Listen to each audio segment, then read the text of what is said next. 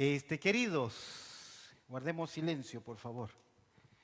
Damos gracias al Señor que nos permite nuevamente poder estar en este lugar para celebrar la presencia del Señor. El fin de congregarnos es adorar su precioso nombre, pero también para preguntarle al Señor, ¿qué tienes para enseñarme en el día de hoy? Y la palabra del Señor no tiene la finalidad de informar. Estudiamos la Biblia porque queremos información, pero realmente la palabra de Dios es para que nosotros seamos formados. ¿Nota la diferencia entre ser informados y formados? Y esa es la finalidad de la palabra de Dios, que ella nos enseñe a saber cómo enfrentar la vida, el diario vivir, las circunstancias, los momentos difíciles y también qué es lo que el Señor tiene para nosotros, qué es la verdad de Dios en nuestras vidas. Así que en el día de hoy vamos a considerar una nueva serie, así que por favor quiero invitarte a que me acompañes con Biblia abierta. Vamos a mirar juntos en la carta del apóstol Pablo, segunda a los Corintios. Vamos a estar por algunas semanas considerando esta porción. Y la verdad que esta serie lleva por título Exhortaciones de Pablo con respecto al plan de ofrendar. Exhortaciones del apóstol Pablo, en este caso exhortaciones de Pablo con respecto al plan de ofrendar. Y vamos a estudiar juntos por algunas semanas, así que abre tu Biblia por favor, por algunas semanas vamos a estudiar juntos estos dos capítulos de esta segunda carta interesante. Así que hoy comenzamos esta serie, esta exhortación interesante, basada en estos capítulos, capítulo 8, verso 1, hasta el capítulo 9, versículo 15. Posiblemente esta carta de segunda a los Corintios fue escrita entre el año 55 y 56 después de Cristo, y algunos creen que fue escrita desde la ciudad de Filipo. Es interesante que Pablo escribe esta carta, segunda a los Corintios, que realmente entre la correspondencia de Pablo y la iglesia a los Corintios es posiblemente la cuarta carta que el apóstol Pablo les escribe. En su primera carta a los Corintios, Pablo contesta, en nuestra primera carta a los Corintios, Pablo está contestando algunas preguntas que estos hermanos le han hecho. Y es interesante que durante esta carta, antes de esta carta que Pablo escribe, si tú miras ahí en el capítulo 2, no necesitas verso 4, Pablo dice, os he escrito con muchas lágrimas. Pablo hace referencia a una carta que nosotros tenemos, pero que es una carta dura. ¿Sabes por qué? Porque entre medio de estas cartas, el apóstol Pablo hizo una visita a la iglesia en Corinto. Antes que nada, Pablo estuvo 18 meses en Corinto fundando esta iglesia. Es decir, el apóstol Pablo dedicó 18 meses de su vida a fundar esta iglesia y gran parte de los creyentes conocieron el evangelio por el ministerio del apóstol Pablo.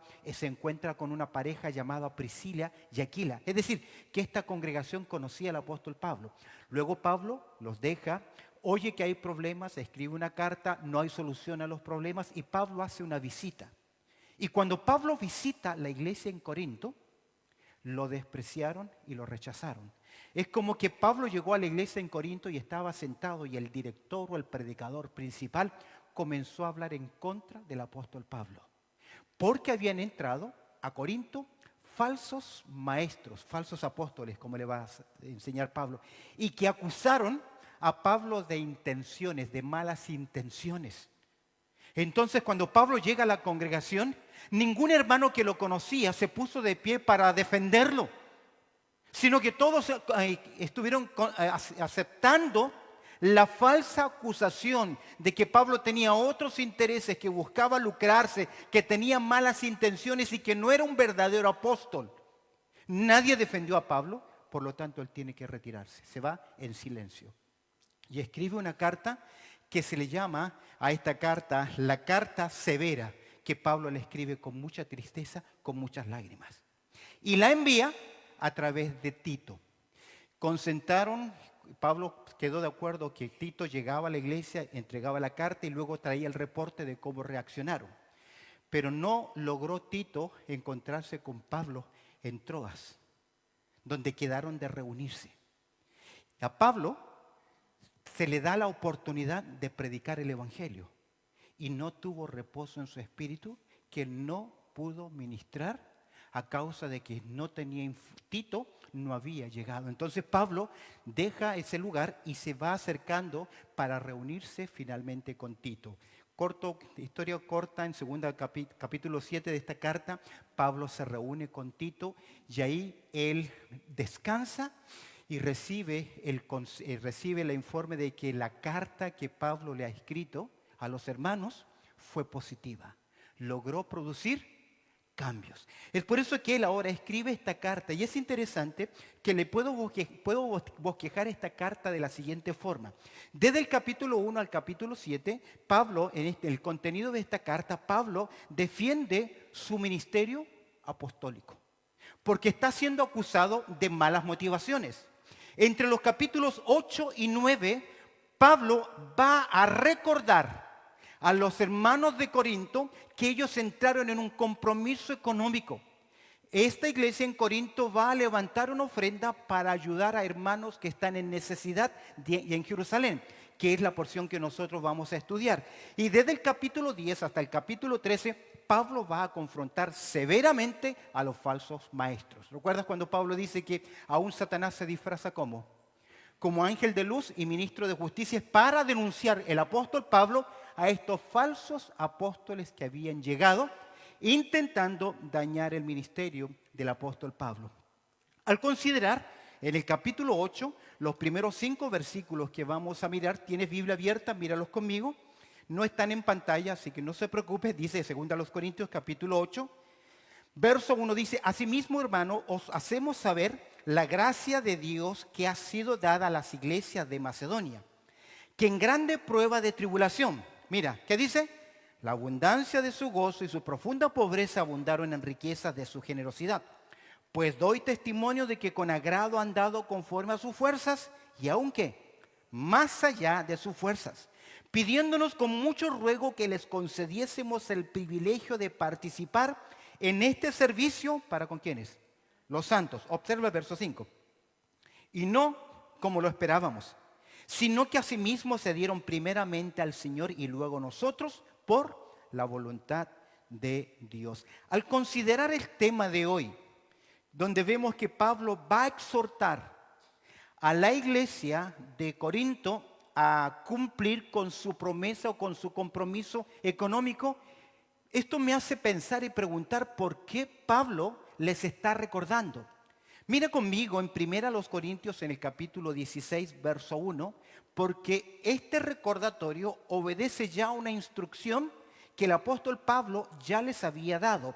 Observa conmigo en Corintios capítulo 16, la primera carta, y creo que el cumplimiento de esa promesa tiene que ver con esa mención económica que hace el apóstol Pablo en Corintios capítulo 16. Observa el verso 1. ¿Qué dice? En cuanto a la en cuanto a la ofrenda para los santos, haced vosotros también de la manera que, dice, ordené en las iglesias de Galacia. Es decir, que hay una instrucción precisa de lo que es el apoyo económico. Cada primer día de la semana, cada uno de vosotros ponga aparte algo según haya prosperado, ¿qué? Guardándolo para que cuando yo llegue no se recojan entonces ofrendas. Es decir, que no estén haciendo lo que a última hora. Aquí hay un principio interesante. Cada vez que usted viene a la casa del Señor, al templo, usted ya debe venir ¿qué? Preparado. Eso que ocurre a veces, le doy tanto, hermano, pero me tiene que devolver tanto a los hermanos que están recogiendo la ofrenda. Está mal, está muy mal. Porque usted ya debe venir ¿qué? Preparado. O lo da todo o no da nada. Pero eso después me da el vuelto, me suena, porque el principio aquí ¿cuál es? Yo debo venir preparado. Cada primer día de la semana, cada uno de vosotros ponga aparte algo, según qué, haya prosperado, guardándolo para que cuando yo llegue no se recojan entonces ofrendas. Y cuando haya llegado a quienes hubieran designado por carta, a estos enviaré para que lleven vuestro donativo ¿a dónde? A Jerusalén. Y si fuere propio que yo también vaya, irán conmigo. Es decir, Pablo toma tan en serio que él dice, aún estoy dispuesto a hacer un espacio en mi agenda para que esto sea efectivo.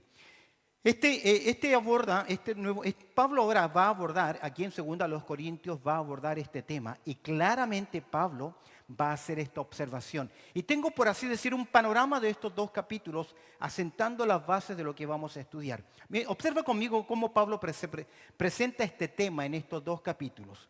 En los primeros 6 versículos del capítulo 8 de 2 Corintios, vuelve ahí, Pablo va a presentar el ejemplo de algunos creyentes. Él le va a llamar las iglesias de Macedonia. Los primeros 6 versículos. En los versículos 7 al 15 del capítulo 8 de 2 Corintios, Pablo ya deja el ejemplo y va directo ¿a qué? A la exhortación práctica, a la exhortación a los corintios a dar. ¿Por qué? Porque ellos ya fueron instruidos y ellos ya se habían comprometido a ser fieles en esto. Y en tercer lugar, Pablo va a hablar sobre la ética, porque va a hablar de las características de aquellos que van a custodiar las finanzas. Va a hablar sobre la ética en el ministerio de las ofrendas, tanto el cumplimiento como las bendiciones. El que siembra escasamente también segará. ¿Lo tiene? Entonces, con eso en mente vamos a hablar de las finanzas. Ahora, hablar de finanzas no es un tema fácil. A la mayoría de nosotros, ¿qué? No nos gusta. Se nos da un informe y se nos desafían, no nos gusta y reaccionamos muchas veces carnalmente. ¿Por qué? Porque es natural, porque están tocando algo que es de uno, es mi patrimonio, es mi formación. Pero no te olvides que tú te perteneces ¿a quién? Al Señor, que ya no vivimos para nosotros. Entonces, el creyente debe cuidar, no avances todavía, no avanzo los textos. El creyente debe cuidar lo que tiene, pero también cómo lo obtiene. ¿Por qué razón? Porque hay ciertos trabajos que si usted es un creyente, no puede continuar haciéndolos. O si está actuando ilegalmente, tampoco puede hacerlo. Porque hay una ética de cómo nosotros debemos ganar nuestro dinero. Querer engañar, querer estafar, querer aplicar, querer mover circunstancias para sacar beneficios económicos que no son correctos, no puede tener usted ¿qué cosa? La bendición de Dios en su vida. ¿Por qué digo esto? Porque ahora nosotros pertenecemos a otro orden. Ahora somos ¿qué? Hijos de Dios e hijos de luz y debemos movernos de acuerdo a esos principios. Ahora, quiero decirte algo, hablar de este tema es difícil, pero es un tema espiritual. Es un tema espiritual. Mira, ya vieron el texto, según 1 Crónicas, capítulo 99, verso 14. David levanta este clamor y dice lo siguiente, porque ¿quién soy yo? Porque ellos han levantado una gran ofrenda para edificar el templo. Aquel templo que Dios le dijo a David, tú no lo vas a construir, lo va a hacer tu hijo. Pero David hizo todos los preparativos y llamó a la nación a ser generosos con la casa de Dios. Y luego David dice, porque ¿quién soy yo y quién es mi pueblo para que pudiésemos ofrecer qué? Voluntariamente cosas semejantes. Se refiere a ofrenda, dieron oro, plata, etcétera. Pues mira lo que dice David, ¿qué? Pues todo es tuyo. ¿Y qué más? Y de lo recibido de tu mano, ¿qué? Te damos. Es de Dios. Por lo tanto, yo no puedo ser tacaño con la obra de Dios. Ahora, ¿por qué digo que está en un contexto de adoración? Si abres tu Biblia en 1 Crónicas, en el capítulo 29, en el versículo 11 leerás, y lo conocemos, tuya es, oh Jehová, ¿qué? La magnificencia, el poder, la gloria, la victoria, el honor, porque todas las cosas que están en los cielos, ¿y dónde? En la tierra, ¿qué? Son tuyas. Que tuyo, Jehová, es el reino y tú eres excelso sobre todo. Ahora, ¿en qué contexto se da la ofrenda? En un contexto de adoración. De hecho, la primera instrucción sobre el dar que dio el apóstol Pablo en Corintios, recuerdas el capítulo 16, cada primer día de la semana. El primer día de la semana, ¿cuál es? Domingo. ¿Por qué primer día de la semana? Porque los creyentes, el primer día de la semana, en el primer siglo de la era cristiana, ¿qué hacían? Se congregaban para participar de la cena del Señor y para recordar el triunfo del crucificado. Es decir, cuando se habla primer día de la semana, se asocia un tiempo para ¿qué? Adorar a Dios. Y en ese contexto de adorar a Dios es lo que Pablo enseña con respecto al dar. ¿Cuándo se da entonces? Cuando el pueblo del Señor se reúne ¿qué? A adorar. Ahora, déjeme decirle algo. Dentro de la liturgia de una iglesia hay dos momentos solemnes.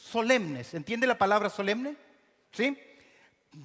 Dedicado exclusivamente para la adoración. Es cuando recordamos el pan y la copa. Y cuando se levanta la ofrenda. Esos dos momentos son 100% ¿qué? Adoración a Dios y son momentos solemnes. No son momentos para levantarnos y hablar ni conversar. Me molesta cuando en medio de la cena del Señor comienzan a hablar. Porque usted debe estar concentrado en algo que es solemne. La gloria del Señor.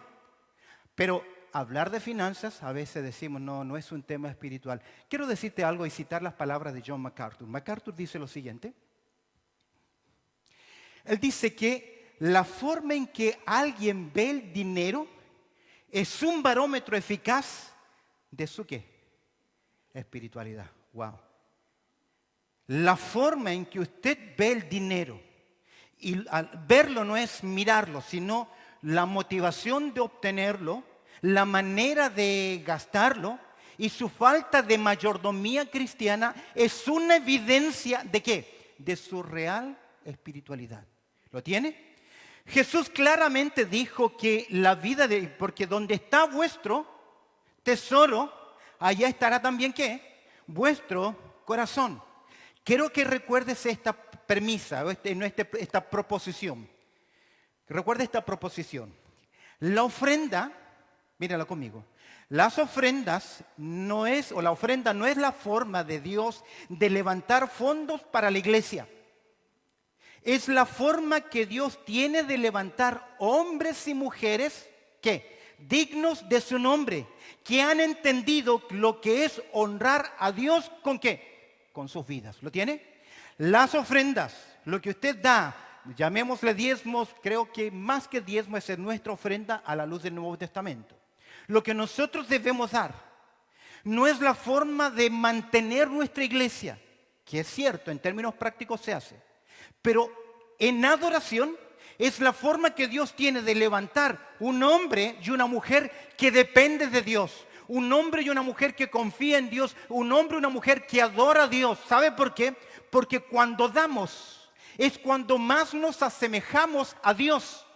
¿Por qué? Porque Dios es un Dios pródigo. Dios es un Dios ¿qué? Generoso. ¿Qué dice Juan 3:16? Todos juntos. ¿Por qué? De tal manera. Romanos 5:8. Mas Dios muestra su amor para con nosotros. Entonces, cada vez que nosotros damos, estamos reflejando el carácter de Dios en nuestras vidas. Y Pablo entonces va a exhortar a la iglesia en Corinto, una iglesia complicada, una iglesia difícil. Si usted leyó primero a los Corintios, Corinto no es la iglesia ideal. Tiene muchos problemas y ahora tienen problemas con su fundador, pero a pesar de eso Pablo quiere exhortarles al corazón generoso. Y desde ya les digo, cuidado, porque el dar en las Escrituras no tiene que ver con motivaciones altruistas. ¿Lo tiene? Motivación altruista es ve una necesidad, ¡pum!, lo da porque tiene. No, es un concepto espiritual, es un concepto de adoración al Señor. Rápidamente miremos el ejemplo de las iglesias de Macedonia porque Pablo las presenta como iglesias ejemplares. Ahí están las tres iglesias de las iglesias de Macedonia, que van a ser Filipos, Berea y Tesalónica. Estas son las tres iglesias del sector de Macedonia. ¿Cuál es el ejemplo que encontramos de ellas? En primer lugar, vamos a mirar el versículo 1 y abre tu Biblia, por favor, en 2 Corintios capítulo 8, verso 1 y mira, vamos a leer el texto. Dice así: asimismo, hermanos, os hacemos saber la gracia de Dios que ha sido dada ¿a quiénes? A las iglesias de Macedonia. Pablo viene hablando acerca de los falsos maestros, el engaño. Viene hablando del ministerio, los sufrimientos en el ministerio, su sufrimiento. Y Pablo en este capítulo 8 hace un giro, hace un cambio. Y es lo que quiero que veas, el cambio del tema. Porque aquí el cambio es, asimismo, hermanos. ¿Qué? Luego de enfrentar, de hablar sobre las dificultades del ministerio, etc., Pablo hace un giro y él dice, ¿os hacemos qué? Saber, quiero, hermanos, que sepan esto. Aquí recuerdas que les presenté el bosquejo, los primeros 7 capítulos, la falsa enseñanza, las acusaciones falsas. Aquí hay un paréntesis, por así decir. Y dice, os hacemos saber. Pablo ahora quiere que conozcan. La idea de acá es hacer saber, es una idea de que esta enseñanza o lo que les va a mostrar impacte sus vidas. Afecte de alguna forma sus vidas. Y yo me pregunto, ¿por qué Dios nos deja esta porción a nosotros? Ya entiendo, Pablo está recordando a los hermanos de Corinto que ellos entraron en un compromiso financiero. ¿Estamos claros? ¿Eso quién es? A ellos. Pero ¿por qué está en nuestras Biblias? ¿Qué implicación tiene? Yo me pregunto, ¿por qué tenemos hoy esta enseñanza? ¿Por qué hoy? ¿Por qué el Señor puso en mi corazón y en el corazón de los líderes que se nos diera esta enseñanza? ¿Por qué? Porque nada está en la Biblia que por casualidad. Ahora, después de este sermón, usted tiene que tomar una decisión. Y no solamente hoy, después de cada enseñanza, usted debe tomar ¿qué? Una decisión, porque es más responsable. Tras esta exhortación que va a hacer Pablo a los Corintios, la primera pregunta es, ¿por qué Dios nos ha dejado esta enseñanza? Y usted debe preguntarle hoy ahora, mientras escuche este sermón, Señor, ¿qué me estás queriendo mostrar a mí? No a ellos, no al que está sentado al lado suyo, no al que está sentado atrás, sino qué es lo que tú a mí me quieres enseñar. Y lo primero, vemos un cambio, os hacemos saber, y observa lo que dice. ¿Qué quiere que Pablo observen? Mira lo que dice el texto, la gracia de Dios que se ha dado. ¿A quién? A las iglesias de Macedonia. Las iglesias de Macedonia las encuentra en Hechos capítulo 16, donde Pablo comienza su viaje, su peregrinaje o su viaje misionero. Va a pasar el apóstol Pablo por Filipo, va a pasar el apóstol Pablo por Tesalónica, va a pasar el apóstol Pablo por Atenas y finalmente va a llegar también el apóstol Pablo a la iglesia Filipos, Tesalónica y Berea. Estos son el circuito del apóstol Pablo. Pero quiero que observes algo. Pablo quiere que observen algo. La gracia de Dios en las iglesias de Macedonia. La gracia de Dios. Y aquí hay un principio interesante. El ofrendar es una manifestación de ¿qué? ¿Qué es gracia? ¿Qué es gracia? Sí, pero no está hablando acá Pablo de Efesios capítulo 2, verso 8 y 9. Cuando habla de la gracia, está hablando, sí, de un don, de una capacidad. Lo que Pablo está diciendo acá, que el dar es un privilegio de aquellos que han recibido ¿qué? La gracia de Dios. Es un privilegio de aquellos que han entendido que Dios les ha amado a ellos primero. Y como nos amó, ahora nosotros también debemos amar. Por lo tanto, el dar dentro de la obra del Señor no es un acto de altruismo, de generosidad. Es la respuesta natural de todo hombre y mujer que ha entendido la gracia de Dios en su vida. Entonces, el que no es generoso con la obra de Dios, ¿qué me dice? ¿Qué me enseña? Que tiene una deficiencia con entender que lo que Dios ha hecho en su vida. Dios te ha rescatado, Dios te ha liberado, Dios te ha perdonado, te ha dado la vida eterna y ahora no vives para ti. ¿Para quién vives? ¿Lo entiende? ¿Lo comprende? Mejor dicho, ¿lo entiendo? ¿Hasta qué punto entiendo la gracia del Señor? Juan 3:16, porque de tal manera Dios me amó y dio a su Hijo para rescatarme. Primera de Juan capítulo 4, verso 10. En esto consiste, ¿qué cosa? El amor.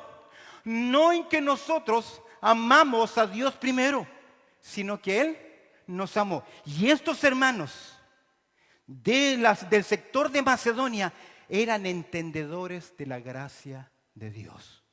Y ellos entendieron que es gracia. Porque aquí dice el texto, quiero explicarles, quiero que ustedes entiendan la gracia de Dios que se ha dado. No era de ellos. Es la obra de Dios en su vida. Por ende, si usted es una persona inconversa que no entiende la gracia de Dios, no se puede producir en su vida ningún cambio. Porque este cambio solamente es para quienes. ¿Recuerdas aquel momento en Mateo capítulo 10 cuando Jesús le dice a los apóstoles, de gracia recibiste, de gracia deben dar? Ese es el acto, es el cambio. Y aquí vemos creyentes que profundizan en la gracia del Señor. Ahora, la gracia de Dios debe producir siempre fruto. Más el fruto del Espíritu es amor. ¿Y qué es amor? No busca lo suyo. No hace nada individuo. Todo lo da, todo lo entrega. Y esa es la actitud. Las iglesias de Macedonia. Vemos entonces, ¿notas el giro, el cambio? Pablo quiere ilustrar, va a exhortar a los hermanos. Pero lo primero que les hace ver es un buen ejemplo. Es como cuando se nos enseña, debemos servir. ¿A quién debemos mirar? A Cristo Jesús como el servidor. Observa ahora el segundo versículo, el segundo punto que tiene que ver con la condición de estas iglesias. ¿Cuál era la condición de estas iglesias? Verso 2. Mira, leamos el versículo primero. Que en grande prueba de tribulación, la abundancia de su gozo y su profunda pobreza abundaron en riquezas de su generosidad. Observa esta iglesia. Que en grande prueba de ¿qué? Tribulación. No se menciona cuál es la tribulación, pero los historiadores nos dicen que estaban siendo objeto de abuso de sus conquistadores. Conocemos esa historia. Pensemos en nuestra amada América Latina y la conquista. En vez de darnos, ¿qué? Nos sacaron. Y si los países no se hubiesen independizado, ahora estaríamos bajo un régimen de demanda, de pago, de impuestos y de abusos. Y los hermanos están, ¿qué? En grandes problemas.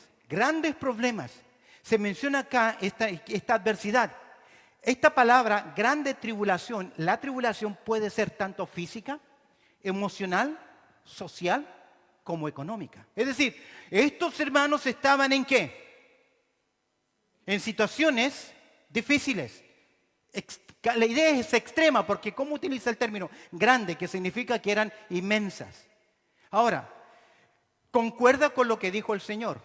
En el mundo tendréis ¿qué? Aflicciones y tribulaciones. Sobre eso los abusos que podían estar teniendo políticos, también estaban enfrentando por su fe problemas. Porque un creyente que se mantiene firme en sus convicciones tiene que enfrentar dificultad. Porque los hombres aman más que las tinieblas que la luz. Y si usted es un creyente comprometido con la verdad, con la honestidad, con la integridad, usted enfrentará problemas. Porque el que quiere vivir piadosamente en Cristo Jesús, ¿qué? Padecerá persecución. Que en grande prueba de tribulación, y mira el contraste. Hay grande prueba, pero ¿cuál es el contraste? Tienen abundancia ¿de qué? ¿De qué? De gozo. No perdieron ¿qué cosa? El gozo. No perdieron el gozo. Observa el contraste. Grande prueba versus abundancia de gozo. Creo que la meta, creo que lamentablemente acá, que ellos entendieron, mejor dicho, como ellos comprenden la gracia del Señor, están creciendo ¿qué? En ella. Ellos entienden la gracia del Señor, entienden el fruto, hay gozo, porque uno de los frutos del Espíritu, ¿qué es? Gozo. Pero ¿qué es lo primero que perdemos con los problemas? Yo nunca he visto a alguien, perdí mi trabajo, perdí mi trabajo. No lo veo así. Pero la Escritura te enseña que tienes que gozarte. Porque detrás de lo que pasa, ¿quién está obrando? Dios. Y tienes que ver a Dios. Porque Dios llevará siempre las cosas para bien. Mira nuevamente otro contraste. Y su profunda ¿qué? No eran pobres. ¿Qué dice el texto? Profundamente, la expresión, la idea es algo extremadamente profundo. Son como si no estuviesen nada más. Es decir, no tienen ni siquiera, les alcanza para comer. Los altos impuestos, los abusos de los cuales estaban expuestos, los habían llevado a una condición extrema. Su profunda ¿qué? Pobreza. No eran pobres porque escaseaban de cosas, sino que eran profundamente pobres que ya casi no tenían ¿qué? Para comer. Es cuando una familia entra y topa fondo y no hay nada más para dar de comer a sus hijos. Hubo un tiempo en mi familia, yo recuerdo hoy, fue un tiempo difícil en mi familia, donde no había pan y había 2 niños que comer, mi persona y mi hermana menor. Y yo recuerdo que habían pasta y ellos molieron la pasta, los fideos. Y luego los metieron al horno, hicieron pan e hicieron 2 panes. Uno para mi hermana y otro para mí. ¿Y ellos? No había más. Fue una decisión ¿de qué? De amor. De amor. Mira, profunda pobreza, pero mira el contraste de nuevo. Verso 2, dale clic, ahí está el texto. Abundaron ¿en qué? En riqueza de su generosidad. Mira, profundamente pobre, pero extremadamente ¿qué? Generosos. Abundaron en riqueza de su generosidad. Principio. ¿Quiénes entienden la gracia del Señor? Que están en la gracia, jamás pueden decir, no tengo para dar. Jamás. Porque usted y yo en este país somos ricos. Y si usted no trabaja, Dios le da. Y Dios le da en abundancia. A veces estamos limitados. Yo creo por 2 cosas. Uno, porque no somos buenos administradores. Y en segundo lugar, porque no prestamos oído. Entonces, si usted no da, Dios igual que se los va a quitar. Va a tener complicaciones, va a tener problemas, van a pasar circunstancias, se le van a dañar todas sus cosas eléctricas para que usted aprenda que no se puede quedar con lo que le pertenece a Dios. ¿Lo tiene? Es mejor que aprenda su lección ahora. ¿Pero quiénes? ¿Solo quiénes? Los que entienden la gracia del Señor. Abundaron en riqueza de su generosidad. Nuevamente tenemos acá un contraste que es interesante. Nosotros tenemos un dicho que dice, ahora, mira, antes del dicho, vemos acá que estos hermanos, a pesar de sus limitaciones, ¿qué hicieron? Apoyaban la obra o eran generosos. Es decir, y la idea acá, abundaron en generosidad. La idea de generosidad, que no hay doblez, no había malintención, no había malas acciones. Hay gente que sirve y hay gente que es servil. Y el servil tiene una intención. Como dice un dicho, no da puntada sin hilo. Es decir, te hace un favor, te ayuda, pero por dentro está pensando cuál es el beneficio que puedo obtener. Pero estos hermanos eran generosidad, significa sin doblez, que no había en ellos malintención. Me informaron, me decía alguien el otro día en una conversación, que hay gente que ve a la iglesia mirando cómo la iglesia le puede servir. ¿Qué provecho puede sacar? Y no ve la obra de Dios como la oportunidad de ¿qué? De extender el reino de Dios. No son contrarios a estos hermanos. Mira qué interesante, Proverbios capítulo 11, verso 24. Proverbios capítulo 11, verso 24 dice, hay quienes reparten ¿y qué? Y les es añadido más. Y hay quienes retienen más de lo que es justo, pero vienen ¿qué? A pobreza. Cuando usted dice, siempre hay gente que está llorando, nunca tiene. Nunca tiene. Siempre están llorando que nunca tiene. Parecen guatecaya, dicen los chilenos. Anda arrastrado siempre. Pero tiene que preguntarse por qué no tiene. ¿Por qué no tiene? Porque todos tenemos suficiente en este país. Yo voy a hablar por la experiencia de los años en el ministerio. Quienes han más apoyado la obra del Señor no son los que tienen buenos trabajos, sino son los hermanos que dependen o que ya están en su jubilación, que ellos son fieles. ¿Cómo es posible, con el número que somos ahora, que no somos muchos, todos los domingos estemos por debajo de $300 de nuestro presupuesto? Usted dirá, pero es que no sabemos cuál es el presupuesto. Sí se ha informado muchas veces, pero aún así usted no lo necesita, porque usted sabe que si entendió la gracia, tiene que ser ¿qué? Generoso, abundar. Las dos características de los hermanos de Macedonia son su gozo a pesar de ¿qué? De sus tribulaciones y de su profunda pobreza. Estos profundamente pobres van a ayudar a unos pobres que están al otro lado. ¿Cómo se entiende? ¿Cómo se entiende que nuestros países puedan levantar edificios, comprar, apoyar la obra del Señor y no tienen? Y acá que nosotros tenemos, no podamos hacer nada. ¿Cómo se entiende eso? ¿Dónde está el problema? Mira las características del dar de estos creyentes. Y quiero ir rápido porque ya me quedan 5 minutos. No, un poquito más. Las características del dar, versos 3 al 5. La primera característica que yo observo de estos hermanos al dar es que el dar aquí es un dar espontáneo. Un dar espontáneo. Observa el verso 3. Pues doy, ¿qué dice Pablo? Testimonio de que con agrado han dado, ¿qué? Conforme a sus fuerzas y aún, ¿qué? Más allá de sus fuerzas. Pablo lo primero que quiere decir, pues doy testimonio.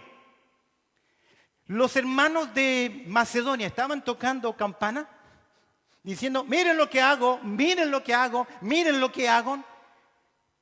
Proverbios, capítulo 27, verso 2, dice, alábete el extraño y no tu propia lengua. Es feo para un creyente el yo. No, bueno, me salió como argentino, no es connotación cultural. El yo, que primero yo. Y miren lo que estoy haciendo. Y que lo sepan todos los demás. ¿Por qué? Dos problemas. Tiene un problema serio con su personalidad. Se siente enanito, chiquitito, y necesita darse significado. No ha entendido lo que es ese creyente en Cristo. ¿Amén? No entiende su posición en Cristo.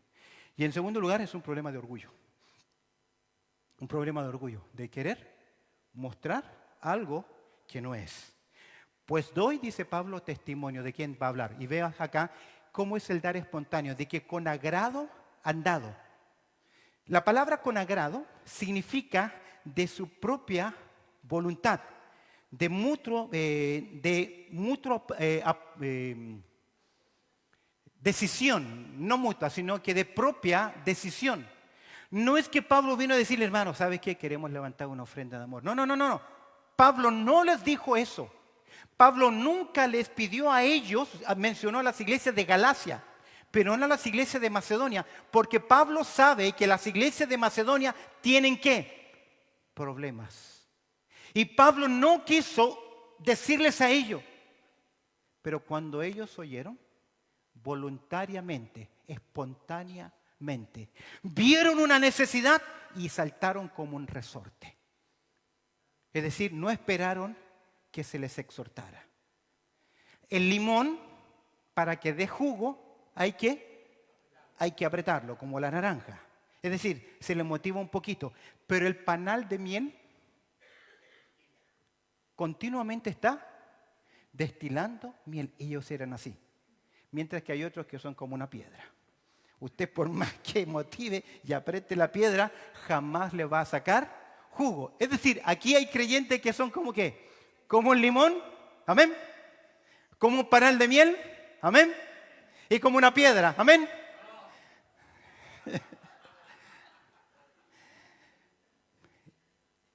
literalmente de motivación propia, sin que nadie les motivase.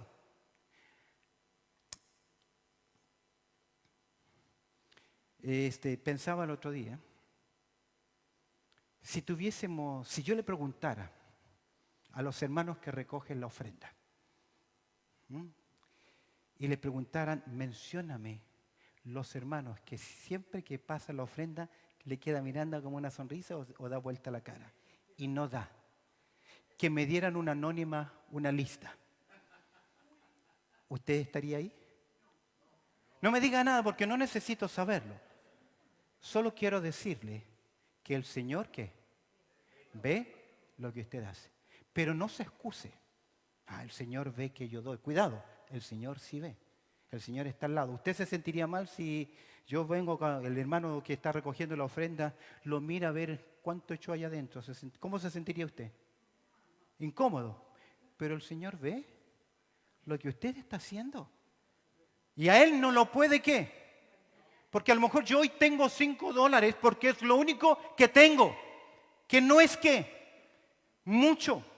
Cuando estaba mirando a Jesús el lugar de las ofrendas, luego le pregunta después de que pasaron los fariseos y una mujer, Jesús pregunta a sus discípulos, ¿quién dio más? Se entendía que los fariseos, porque ellos levantaban la moneda para que cayera en el platillo y sonara. Mientras más alto, más sonaba, como viste esas monedas que van dando vueltas. Esa era la idea, que lo más que sonara. Pero de una mujer que dio un par de monedas, que en esencia no era ¿qué? Nada. Pero Jesús dijo de ella que había dado más que todos. Qué principio más interesante. Ellos dieron con agrado. Pues doy testimonio de que ¿con qué? Con agrado han dado. Con gozo, voluntariamente, sin que se les presionase.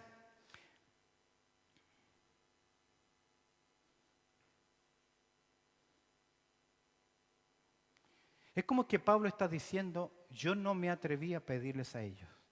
Pero de ellos salió ¿qué? Voluntariamente. ¿Cómo fue su dar? En primer lugar, ¿cómo fue? Espontáneo. En segundo lugar, es un dar esforzado. Porque mira, dice que ellos dieron ¿qué? Conforme a sus fuerzas. ¿Qué se entiende conforme a sus fuerzas? Es decir, que dieron de acuerdo a ¿qué? A las posibilidades. Dieron de acuerdo a las posibilidades. Pero tenían para dar. ¿Pero cómo eran? ¿Cómo eran? Pobres. Pero a pesar de su pobreza, aún así, la gracia del Señor, porque ellos entendieron la gracia del Señor, también ¿qué? Estaban dispuestos a dar.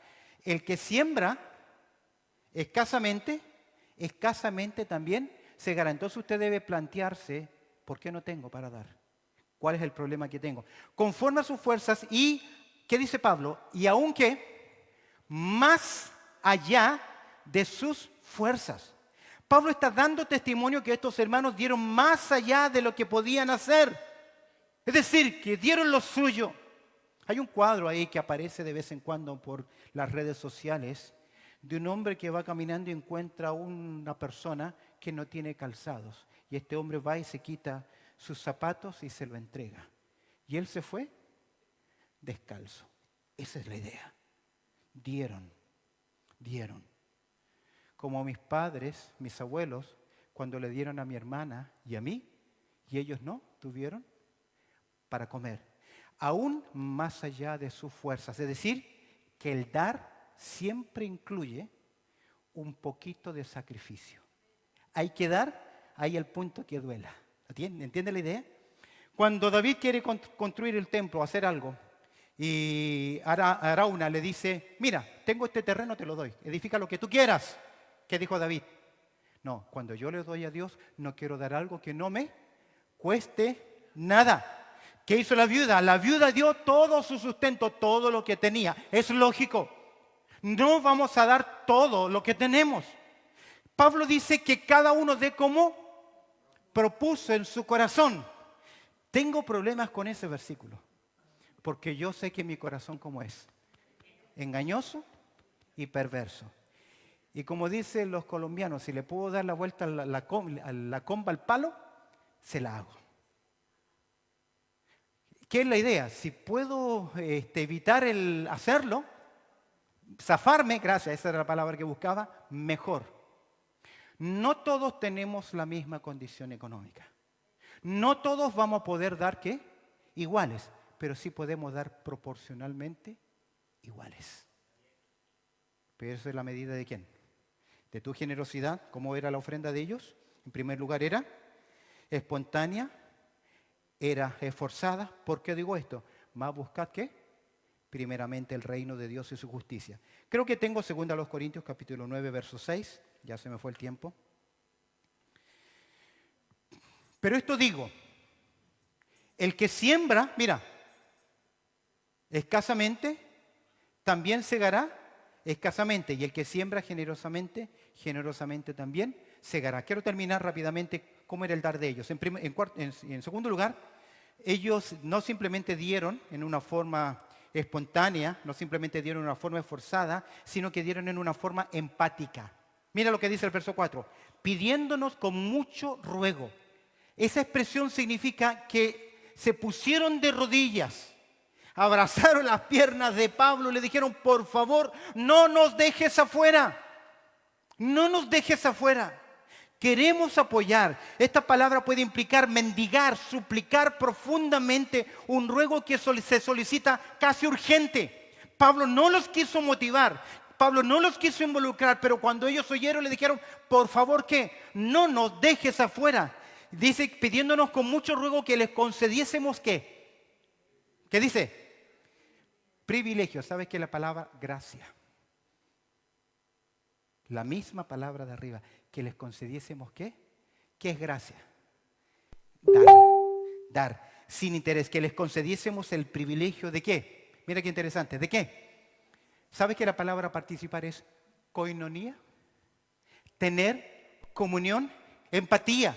Identificarnos, tener unión en las necesidades.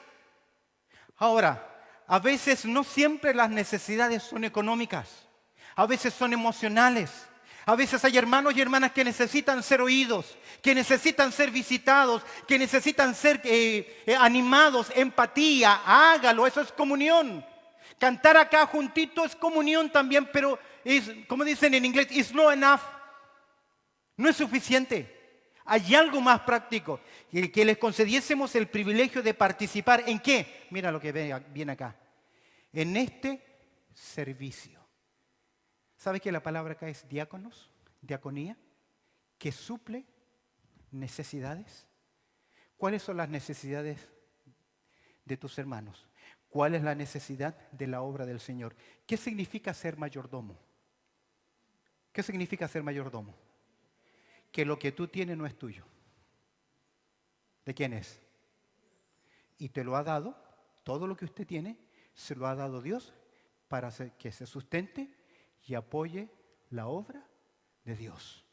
Entonces, si yo invierto tanto en mi beneficio, en lo que yo hago, en mis cosas, en lo que yo necesito, incluye lo que yo compre en mis viajes, si yo invierto tanto allá, de la misma forma debo invertir ¿dónde? En la obra de Dios. Si no, no estoy siendo un buen mayordomo. Finalmente, es un dar espiritual. ¿Qué dice el verso 5? Sino que a sí mismos se dieron primeramente ¿qué? Al Señor. Aquí está la clave. Cuando se levanta la ofrenda, no es para pagar los gastos o para sustentar al pastor o los pastores o para pagar los impuestos, que sí los utilizamos. Pero cuando damos, la motivación correcta es ¿para quién? Para el Señor. Porque si usted no lo da para el Señor, es un acto de altruismo, pero no es un acto de gracia. ¿Lo tiene? No es un acto de gracia, como dieron ellos. Y luego, dice, primero se dieron al Señor y luego nosotros ¿por la qué? Entonces, ¿qué es la voluntad de Dios? ¿Qué es la voluntad de Dios? Que usted dé para la obra del Señor sistemáticamente. Y mire lo que dice Pablo, y luego a nosotros por la voluntad de Dios, ¿y qué? Y no como que lo esperábamos. Porque ellos pensaban, bueno, sí, tiene esta cosa. A mí me sorprende, y cierro con esto, me sorprende en mi país, hay un evento que casi se hace anualmente, se llama Teletón. Y a mí me sorprende que lleguen a la meta y luego la superen. Porque yo digo, el próximo año va a ser ¿qué? ¿Cómo es que gente inconversa, conmovida por motivaciones altruistas, pueden hacerlo? Y la obra del Señor carezca por necesidades. Cuando todos nosotros ¿qué? Tenemos. Todos somos responsables. Porque todos, jóvenes, personas mayores, usted que viene frecuentemente, usted es responsable de apoyar la obra del Señor. Amén. Interesante ejemplo. Tal vez al tema lo hubiésemos llamado, en vez del sermón del monte, el sermón del monto. Hubiese sido mejor. Pero mis queridos, cada uno de nosotros saque ahora nuestra lección. Quiero que incline su cabeza y cierre sus ojos, por favor. Y en silencio, usted pregúntele al Señor, ¿cómo estoy en esa situación? En unos par de minutos más vamos a levantar nuestras ofrendas. ¿Ya vine preparado? ¿O nuevamente tengo la excusa la próxima vez? No tiene excusa acá, tenemos la opción. Si no tiene cash, le podemos dar ¿qué? La maquinita. Así que tenemos, pero mis queridos, más que exhortación mía, vea es que el Señor nos enseña primero a mí y también a usted. Bendito Padre Celestial, en esta hora de reflexión solamente pedimos tu gracia, que tú abras los ojos de nuestro entendimiento. No estamos con proyectos grandes de inversión, como en otras partes del mundo, donde hay creyentes esforzados que están comprando su templo, están levantando una construcción, están comprando un terreno y, Señor, se sacrifican y dan generosamente. Nosotros no estamos, gracias a ti, buen Dios, en esa situación, pero sí debemos ser responsables donde tú nos has puesto.